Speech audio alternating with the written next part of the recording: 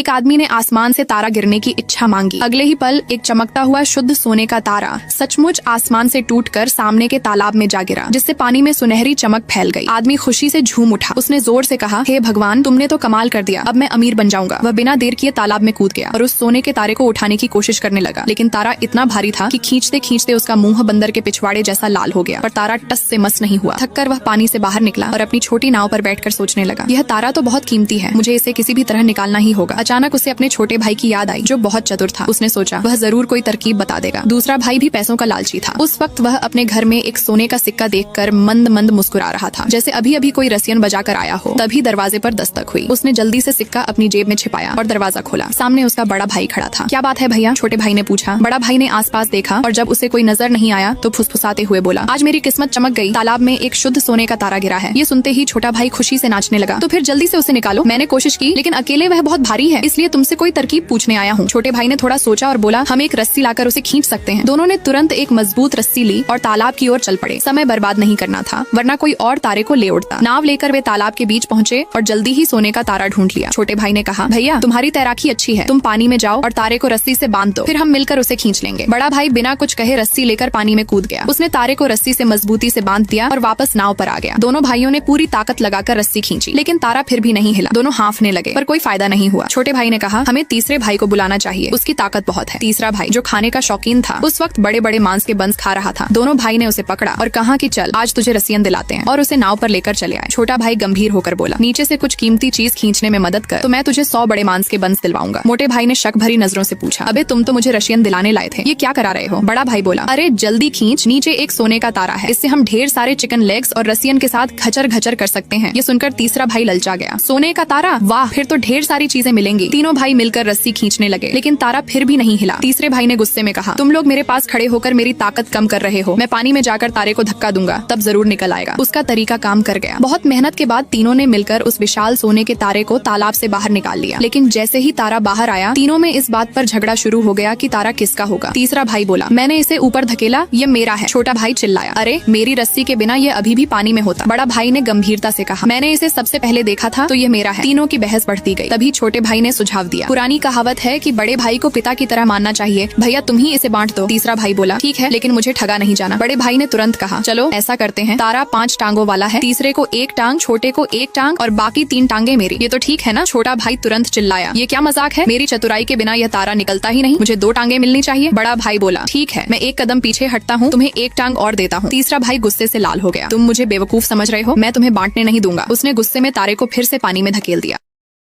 माँ के लिए लाइक